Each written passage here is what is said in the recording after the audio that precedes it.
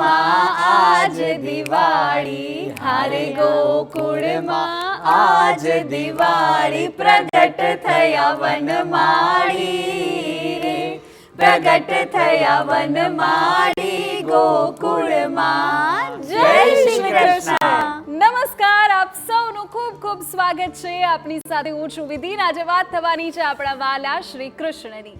એ કૃષ્ણ કે જે સૌને વાલો લાગે, પણ એ કૃષ્ણને જો આપ વાલા લાગવા ઈચ્છો છો, એટલે કે એમની કૃપાની પ્રાપ્તિ કરવા ઈચ્છો છો, તો આ જન્માષ્ટમીએ શું ખાસ કરશો?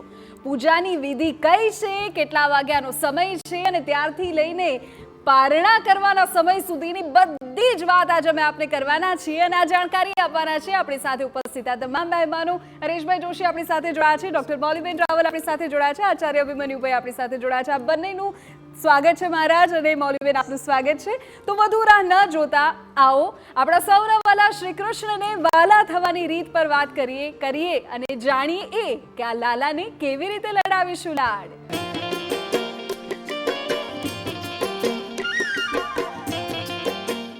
જન્માષ્ટમીની વાત કરી રહ્યા છીએ ત્યારે સૌથી પહેલા તો આ વખતે એ જાણવું છે કે આ જન્માષ્ટમી પર શું કંઈ વિશેષ છે? કારણ કે હરેશભાઈ, ઘણી વખત અલગ અલગ યોગ સર્જાતા હોય છે, દિવસ ઘણી વખત વિશેષ બનતો હોય છે. આ વખતે જન્માષ્ટમી પર શું વિશેષ છે? અવશ્ય, જ્યારે આ વર્ષે એવો અદ્ભુત સંયોગ થાય છે કે સોમવાર છે એટલે હરનો વાર છે અને ચંદ્રનો પણ વાર છે, કારણ કે સોમવારના અધિપતિ ચંદ્ર મહારાજ છે, એટલે ચંદ્ર મહારાજની સાક્ષી આ વખતે ભગવાન ઠાકોરજી પ્રગટ થવાના છે, એટલે હરિહરના સંયોગનો અદ્ભુત દિવસ એટલે આ વખતની જન્માષ્ટમી. અરે વાહ, એટલે કે હરનો દિવસ છે અને હરિનું પ્રાગટ્ય થવાનું છે. મૌલવીબેન, આ વખતે કોઈ વિશેષ મુહૂર્ત કે સમય સાચવવું પડે એવું કંઈ ખરું? અને હા, જન્માષ્ટમીનો સમય અને પારણાનો સમય આ બંને કહી દો અમારા દર્શકોને. બિલકુલ વિધિબેન, જ્યારે બાલકૃષ્ણનો જન્મ થયો છે ત્યારે એ રાત્રે નિશિતકાળની પૂજાનો સમય છે. રાત્રે 12:45 લઈને 1:04 સુધી, એટલે કે 45 મિનિટનો તમને સમય મળે છે. તેમાં તમે નિશિતકાળમાં પૂજા કરી શકો છો અને ત્યારબાદ 1:04 જ્યારે પ્રભુ આ ધરતી ઉપર, પાવન ધરા ઉપર જ્યારે પધારશે, ત્યાર પછી તમે જે મોડર્ન પરંપરાની અંદર છે એ લોકો પારણા કરી શકે છે. જે ધર્મશાસ્ત્રમાં જે જણાવ્યું છે એ મુજબ જે ધાર્મિક ભક્તો છે પારણા કરશે એ બીજે દિવસે 27મી ઓગસ્ટના દિવસે મંગળવારે તમે લોકો 3:38 પછી તમે પારણા કરી શકો છો. કારણ કે જે લોકો ચુસ્ત વૈષ્ણવ સંપ્રદાયને ફોલો કરે છે અને જે લોકો કૃષ્ણને પોતાના ઈષ્ટ ગણે છે, આરાધ્ય ગણે છે, એવા લોકો માટે 3:38 જ્યારે રોહિણી નક્ષત્રનો અંત થાય છે એ પછી એ લોકો પારણા કરતા હોય છે. અને આમ સામાન્ય યુગની અંદર જો આપણે જોઈએ કે સામાન્ય કેવી રીતે આપણે પારણા કરીએ, આપણે સદગૃહસ્થો જે છીએ એ લોકો કે જે આટલી બધી નીતિ નિયમોમાં નથી પાડી શકતા, તો એ લોકો સવારે 27મીને મંગળવારે સવારે નિત્યકર્મથી પરવારી, સ્નાનાદિક કર્મથી પરવારીને ત્યારબાદ એ પોતે પારણા કરી શકે છે અને પ્રભુને પ્રસાદ ભોજન ગ્રહણ કરાવીને આપીને પછી પોતે પણ ગ્રહણ કરી શકે છે. એટલે શક્ય હોય તો સવારે બીજે દિવસે પારણા કરજો, પરંતુ જો નથી થઈ શકતું, બહુ ભૂખ લાગી ગઈ છે, તો પહેલા ઠાકોરજીને ભોગ ધરાવી દો, એ પછી થોડું ગ્રહણ કરી લો તો થોડું ચાલશે. બિલકુલ. આચાર્યજી, કોઈ વિશેષ યોગ ખરો આ વખતે? જી, આ વખતે જન્માષ્ટમીના દિવસે બહુ ઉત્તમ યોગ બની રહ્યું છે, જે યોગનું નામ છે જયંતી યોગ. આ જયંતી યોગનું શું મતલબ છે? તો જયંતી યોગની અંદર જો આપણે પ્રભુ ભક્તિ કરીએ અથવા કોઈ પણ ઉત્તમ કાર્ય કરીએ છીએ આજના દિવસે, તો ચોક્કસપણે જીવનની અંદર જય પ્રાપ્તિ થાય છે. પછી એ ઇન્ટરવ્યૂ હોય કે જીવનની એક સફળતાઓ હોય કે કંઈ પણ કાર્ય હોય, જો આ જયંતી યોગમાં તમે કરશો આજના દિવસે, તો ચોક્કસપણે જીવનમાં જયને પ્રાપ્ત કરશો, યશ અને કીર્તિની પણ તમને પ્રાપ્તિ થશે. અર્થાત કે આ વર્ષે બહુ ઉત્તમ એવો જયંતી યોગ પણ બની રહ્યો છે જન્માષ્ટમીના દિવસે. બિલકુલ, એટલે કૃષ્ણની આ જન્માષ્ટમી તમને કીર્તિની પ્રાપ્તિ કરાવશે, એવો વિશેષ યોગ સંયોગ સાથે આ જન્માષ્ટમીનું પર્વ આવ્યું છે.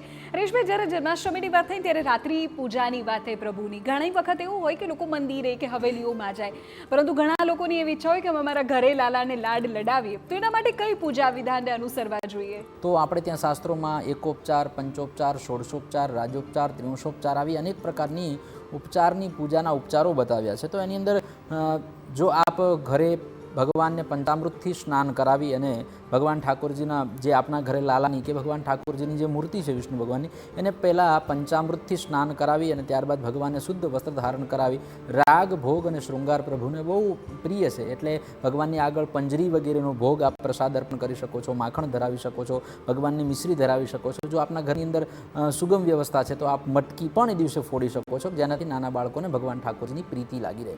ત્યારબાદ આવે છે પંચોપચાર. પંચોપચારની અંદર સૌથી પહેલાં ભગવાનનું પુષ્પ લઈને ધ્યાન કરવાનું હોય છે.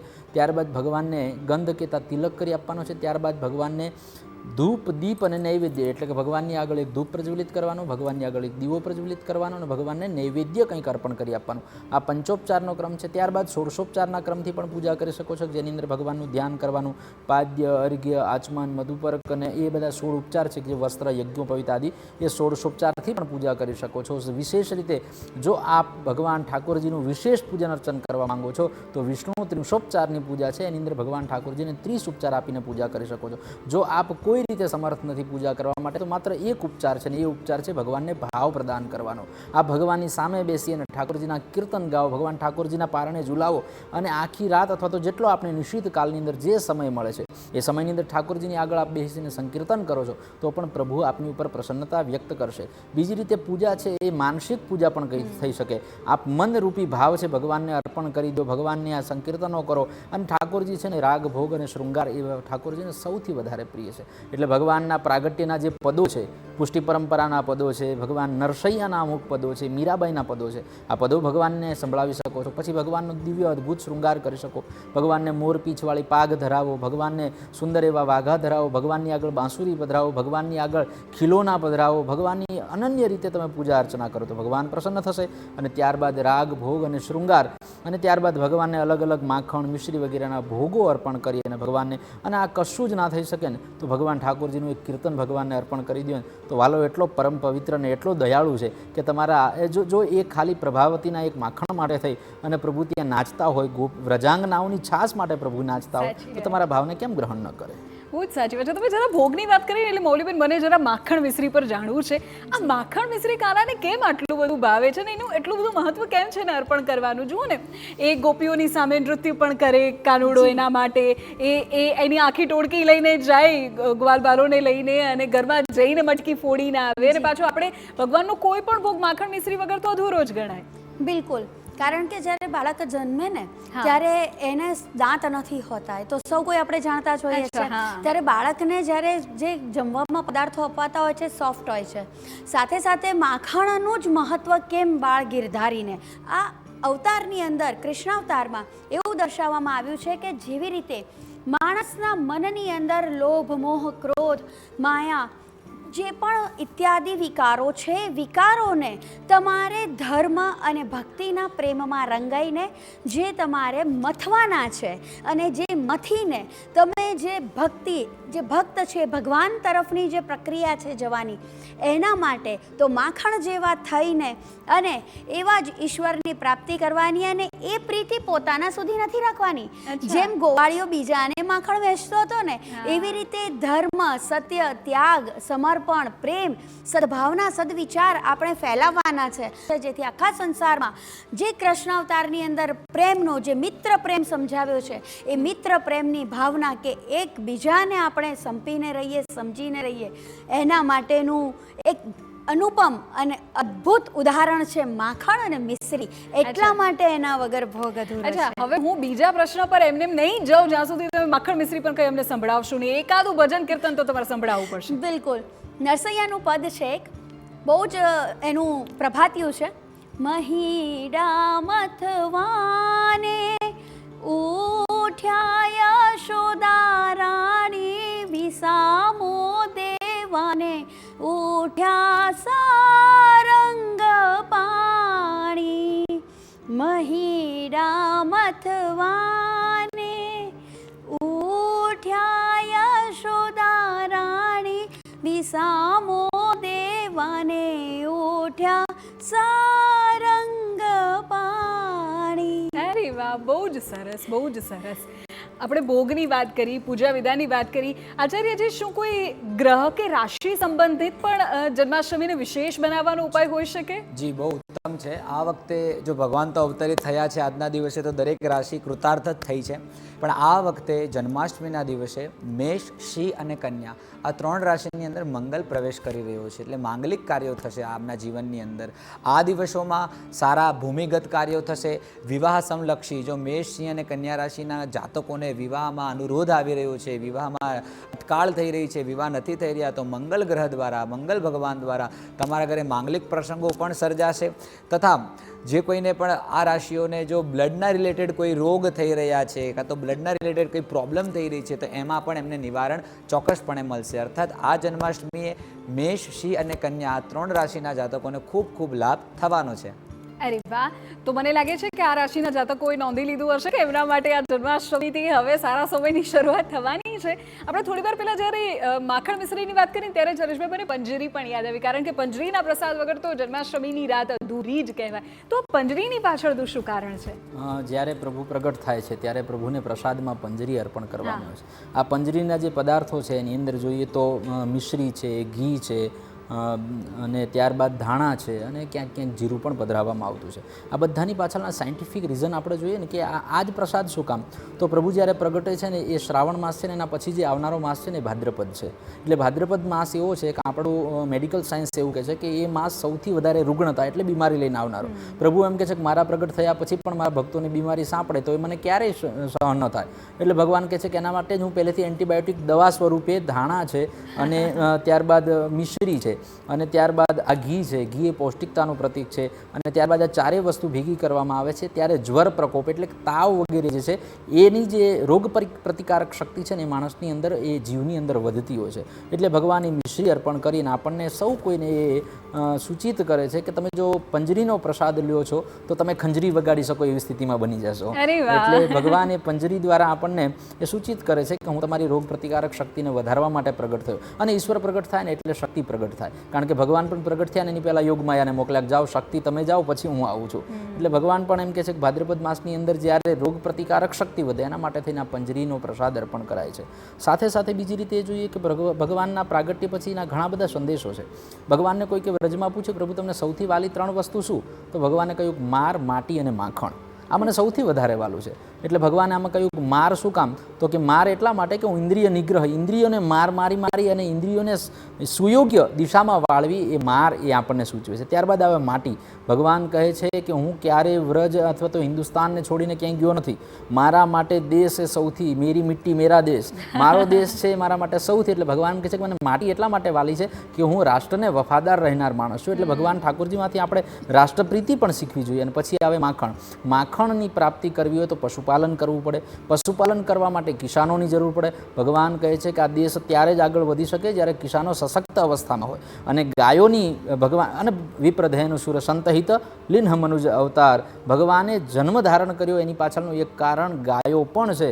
ભગવાન ઠાકોરજી કહે છે કે જીવનની અંદર જો તમે ગાયોની સેવા કરશો તો ગોપાલને પ્રાપ્ત કરવા માટે ગો સેવા બહુ આવશ્યક છે. એટલે ભગવાન ઠાકોરજીના જીવનમાંથી ભગવાનને પદે પદે આપણને, અને જો ઈશ્વર પ્રગટ થાય છે ને એની પહેલાં વિધિબેન સવિશેષ રીતે જોઈએ ને તો ભગવાન કહે છે કે મારા પ્રાગટ્ય પહેલાં શું થાય છે કે પ્રકૃતિ શુદ્ધ થાય છે.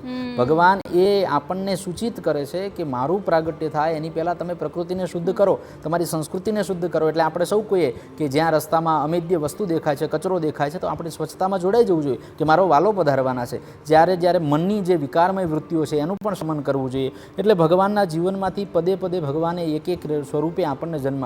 કૃષ્ણ એટલે ત્યાગ, કૃષ્ણ એટલે સમર્પિતતા, કૃષ્ણ એટલે કરુણા, કૃષ્ણ એટલે સ્નેહ, કૃષ્ણ એટલે રાધા, કૃષ્ણ એટલે ગોપી, કૃષ્ણ એટલે ગાય, કૃષ્ણ એટલે ગોકુળ, અને કૃષ્ણ એટલે મથુરા, અને અંતે કૃષ્ણ એટલે આ જગતનું સર્વસ્વ. એટલે કૃષ્ણ એ આપણા માટે સર્વસ્વ છે. અને સર્વસ્વ જ્યારે પ્રગટ થતું હોય ત્યારે આપણી નૈતિક ફરજ છે કે આપણે એ સર્વસ્વને પ્રગટ કરવા માટે આપણું સર્વસ્વ સમર્પિત કરી દઈએ. બહુ જ સાચી વાત છે અને બહુ જરૂરી પણ છે.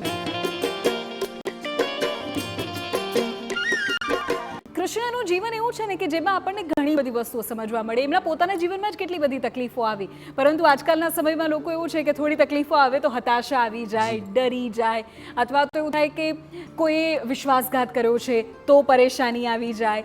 તો આવા સંજોગોમાં જન્માષ્ટમી પર કોઈ વિશેષ ઉપાય કરી શકે કે જેનાથી કૃષ્ણની કૃપા પ્રાપ્ત થાય? જી, આજના સમયની અંદર આપણને ધોખાધડી બહુ મળી રહી છે અને ખાસ કરીને યુવા વર્ગની અંદર પણ તમે સાયબર ફ્રોડ પણ થતા હોય છે આપણી સાથે કોઈએ પૈસા લઈને ઉધાર આપ્યા ના હોય, ભાગી ગયો હોય, કોઈના ઉપર વિશ્વાસ મૂકીને એને કંઈક આપ્યું હોય પણ છતાં એ વિશ્વાસ મૂકીને કંઈ વાત કરી હોય છતાં પણ એનો વિશ્વાસઘાત વારે ઘડીએ આપણી ઉપર થતું હોય. તો આ જન્માષ્ટમીના દિવસે ચોક્કસ આ ઉપાય કરવો. સૌથી પહેલાં તમારે ભોજપત્ર લેવાનું છે.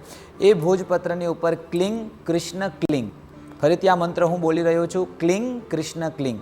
જો આ મંત્રનું તમે એ ભોજપત્ર ઉપર લાલ પેનથી લખશો અને એની ચિઠ્ઠી વાળીને તમારી પોકેટમાં અથવા તમારી જોડે રહે, તમારા ખીચાની અંદર અથવા તમારી જોડે રહે એવી રીતે જો મૂકી રાખશો અને તમે કોઈને પણ ગુપ્ત વાત કે વિશ્વાસ મૂકી રહ્યા હો તો ચોક્કસપણે તમારી ઉપર વિશ્વાસઘાત નહીં થાય. તમારા વિશ્વાસનું પ્રતિપાલન થશે અને તમારો વિશ્વાસ અગ્રેસર વધતો રહેશે. એટલા માટે ચોક્કસપણે આ પ્રયોગ કરવાથી વિશ્વાસઘાત દૂર થશે. હું બીજો ઉપાય પણ તમને આપું છું કે જન્માષ્ટમીના દિવસે સવારે પ્રાતઃ ઉઠીને તમારે પીપળના વૃક્ષનું પત્ર લેવાનું છે. એ પત્ર લઈને એની ઉપર તમારે ભસ્મ દ્વારા, બરાબર, કારણ કે શિવશ્ચ હૃદયમ વિષ્ણુ, વિષ્ણુ હૃદયમ શિવ, પરસ્પર દેવતા છે એટલે એ ભસ્મ દ્વારા એ પત્રની ઉપર તમારે કોઈનું જેના જોડે તમે વિશ્વાસ રાખ્યું છે, જે વ્યક્તિએ તમારો વિશ્વાસ તમારી ઉપર વિશ્વાસ રાખ્યું છે, વ્યક્તિનું નામાંકન કરીને એ જો તમારી જોડે રાખો તો ચોક્કસપણે તમારા થકી પણ સામેવાળા વ્યક્તિને ક્યારે વિશ્વાસઘાત નહીં આવે. હવે બીજો પ્રશ્ન જે હતું કે વારંઘડીએ આપણે ફેલ થતા હોઈએ, કોઈ પણ વસ્તુની અંદર ફેલિયર વારે ઘડીએ આપણને મળી રહ્યું છે, વારે ઘડીએ આપણે પ્રયત્ન કરી રહ્યા છે પણ ફેલ થઈ રહ્યા છે. તો ગ્રહોના લીધે તો થતું જ હોય છે, પણ જ્યારે તમે તમારા ભાગ્યને ભક્તિથી તમે ભાગ્ય બદલી શકો છો. અર્થાત કે આજના જન્માષ્ટમીના દિવસે મોરપંખ લઈ એ મોરપંખને આજના રોહિણી નક્ષત્રના, જન્માષ્ટમીના રોહિણી નક્ષત્રની અંદર ચંદ્રના દર્શન એ મોરપંખને કરાવો તો ચોક્કસપણે જીવનની અંદર તમે ક્યારે ફેલ ન થાવ. તમે જે કંઈ પણ પ્રક્રિયા કરી રહ્યા છો એમાં ઉત્તરોત્તર તમારી પ્રગતિ થતી રહે. અરે વાહ મૌલીબેન, હંમેશા જે પણ બાળ કૃષ્ણને જોવે ને એટલે દરેક સ્ત્રીની મનમાં એવી ઈચ્છા થાય કે મારી ઘરે આવો નટખટ ગોપાલ આવે. તો સંતાન પ્રાપ્તિ માટે જન્માષ્ટમીએ શું કરવું જોઈએ? બિલકુલ, બહુ સારો પ્રશ્ન કર્યો. સંતાન જેને ઘરે નથી એ લોકો આજે પુષ્ટિ હવેલી સંપ્રદાયની અંદર કે સામાન્ય જે લોકો છે જેમને પોતાનું કોઈને બીજું બાળક નથી લેવું, તો એ લોકો લાલાને જ પોતાના ઘરે પોતાનું સંતાન સમજીને એમને પોતાના ઘરે, જેમ નંદ અને જશોદાના ઘરે લાલાએ પધરામણી કરી હતી એવી રીતે એ દિવસે પોતાના ઘરે પોતાને ગમે એવી અનુકૂળતા મુજબ આટલા નાનાથી લઈને આટલા મોટા લાલજી પધરાવી શકે છે. એનાથી એમનું 1 વર્ષની અંદર એમના ઘરે પારણું બંધાવવાની ખૂબ જ અપેક્ષાઓ વધી જાય છે. કારણ કે જે ઘરમાં બાળકૃષ્ણનું સ્વરૂપ હોય છે ને ત્યાં આગળ હંમેશા પ્રેમ, નટખટ, મસ્તી અને સાથે આનંદનું ઉલ્લાસભર્યું વાતાવરણ હંમેશા રહે છે. એટલે કે જ્યારે બાળક જન્મે છે ત્યારે માતા એને દૂધ પીવડાવે છે, એને થોડું માખણ પણ ચટાડવામાં આવે છે. અમુક ગોકુળ અને મથુરા વૃંદાવનની અંદર આ એક પ્રથા રહેલી છે. સાથે એમને આપણે જે શણગાર કરીએ છીએ ને એ રાધા છે. આપણે બાળકને તૈયાર કરીને સરસ એની અને બાળકને આગળ એ વખતે જે સંતાન પ્રાપ્તિની ઈચ્છાથી જો લાલજીને પધરાવતા હોય ને, બાળકૃષ્ણની છબીને જો પોતાના ઘરે લાવતા હોય ને તો ખાસ ધ્યાન રાખજો કે એની આગળ દીવો ના પ્રગટાવતા. કારણ કે નાના બાળકને દીવા પાસે ન લઈ જવાય. એની પુષ્ટિ માર્ગીય હવેલીની અંદર કે બાળકૃષ્ણના જે ષોડશોપચાર પૂજા છે એની અંદર દીવો કરવાની સ્પષ્ટ મનાઈ કરવામાં આવી છે. કારણ કે બાળક નાનું છે, હજુ દાજી જાય એટલે એને દીવો કરવામાં નથી આવતો, એને ઘંટડી સંભળાવવામાં નથી આવતી, પણ એને તાળીથી રમાડવામાં આવે છે. એટલે કે 3 તાળી તમે એને ભોગ ધરાવીને તમે લઈ શકો છો, પ્રસાદી તમે લઈ શકો છો. તમે જ્યારે એને ઉઠાડો છો ત્યારે પણ 3 તાળી કરીને ઉઠાડો છો. એટલે બાળકૃષ્ણને જ્યારે તમારે સાચવવાનું આવે ને ત્યારે આપણા બાળકને આપણે જે રીતે ટ્રીટમેન્ટ આપતા હોઈએ ને એ રીતે જ ટ્રીટમેન્ટ આપવાની છે. ને વર્ષની અંદર આ છે ને એટલો પ્રયોગ છે, અનુભવ કરાયેલો પ્રયોગ છે કે ઘણા બધા નિસંતાન દંપતીઓના ઘરે લાલજી પધરાવા માત્રથી એ લોકોને 12 મહિના પૂરા નથી થતા અને એમને સંતાન સુખની પ્રાપ્તિ થઈ છે. એટલે કૃષ્ણની સેવા કરશો તો જ ઘરે કૃષ્ણ જેવું નટખટ બાળ ગોપાલનું આગમન રાધા થશે. પણ આવે. રાધા પણ આવી શકે અને કૃષ્ણને તો રાધા અત્યંત પ્રિય છે એટલે રાધા આવે તો પણ અતિ ઉત્તમ છે. આચાર્યજી, તમે કોઈ સરસ ઉપાય આપશો અમને સંતાન પ્રાપ્તિ માટે? કારણ કે મને એવું લાગે છે ઘણા માતા પિતા જોઈ રહ્યા હશે કાર્યક્રમને, એમની ઈચ્છા હશે કે એમને ઉપાય મળે. જી ચોક્કસપણે. જન્માષ્ટમીના દિવસે પુત્ર પ્રાપ્તિ માટેનો એક બહુ સરસ અને સરળ ઉપાય તમને હું બતાવું છું. એક મંત્ર છે, દેવકી સુત ગોવિંદમ વાસુદેવ જગતપતે દેહી મેં તનયમ કૃષ્ણ ત્વામહમ શરણમ ગત. અર્થાત કે જો આ મંત્રનું, આ શ્લોકનું તમે ઉચ્ચારણ આજના દિવસે કરો છો, જન્માષ્ટમીના દિવસે કરો છો અથવા કોઈ પણ દિવસે કરો છો તો ચોક્કસપણે તમને પુત્ર પ્રાપ્તિ થશે. તથા શાસ્ત્રોની અંદર કીધું છે કે સંતાન પ્રાપ્તિ માટે સૌથી ઉત્તમ માર્ગ હોય તો શ્રીમદ ભાગવત મહાપુરાણ. આ શ્રીમદ ભાગવત મહાપુરાણનું જો તમે મૂળ શ્લોકોનું, મૂળ ભાગવતના 18,000 શ્લોકોનું જો તમે પારાયણ કરાવો છો બ્રાહ્મણો દ્વારા તો ચોક્કસપણે તમારા ઘરે સંતાનના પુત્ર પ્રાપ્તિના યોગો બનતા હોય છે. અરે વાહ, આ તો પુત્ર પ્રાપ્તિની વાત થઈ મહારાજ. હવે એવું થાય ઘણાને ત્યાં કે જન્માષ્ટમી સંતાનનું આગમન થઈ ગયું છે અથવા તો કોઈને ત્યાં છઠ્ઠીનો અવસર છે, એવા સમયે કોઈ વિશેષ પૂજા પાઠના કે પછી કોઈ અન્ય ઉપાય કરી શકાય કે જેનાથી અવિરત એ બાળક ઉપર કૃષ્ણની કૃપા રહે? અવશ્ય. જ્યારે જન્માષ્ટમીના દિવસે કોઈ બાળકનો જન્મ થાય છે અથવા તો એ દિવસે એની છઠ્ઠી છે તો ભગવાન ઠાકોરજીનું નામકરણ સંસ્કાર છે એ ગૌશાળામાં જઈને થયું. એટલે ભગવાનનું પહેલું નામ છે ગોપૃચ્છા વલંબન, ગાયનું પૂંછડું પકડનાર.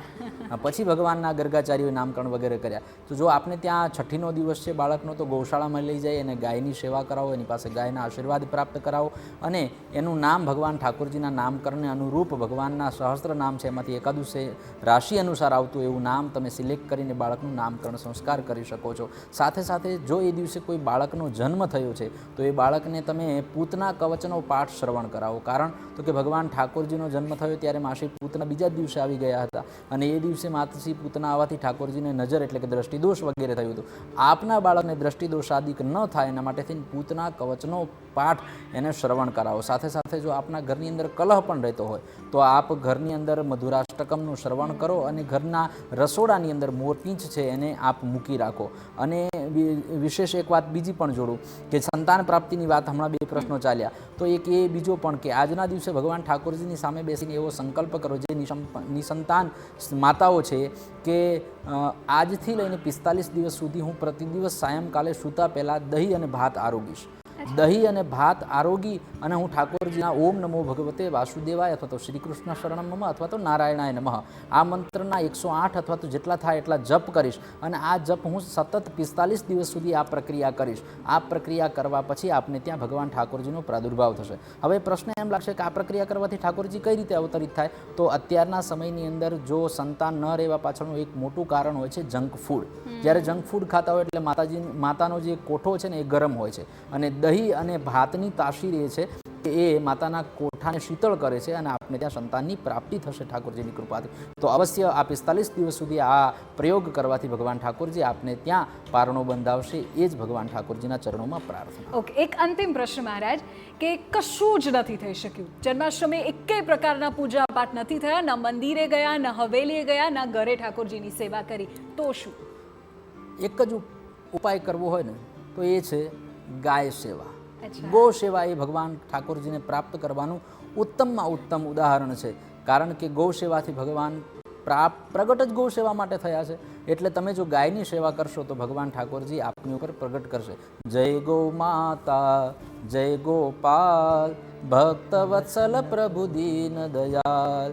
જય ગો માતા જય ગોપાલ ભક્ત વત્સલ પ્રભુ દીન દયાલ. એટલે ગાયની તમે સેવા કરશો તો ભક્ત વત્સલ દીન દયાલ પ્રભુ આપની ઉપર રાજી થશે.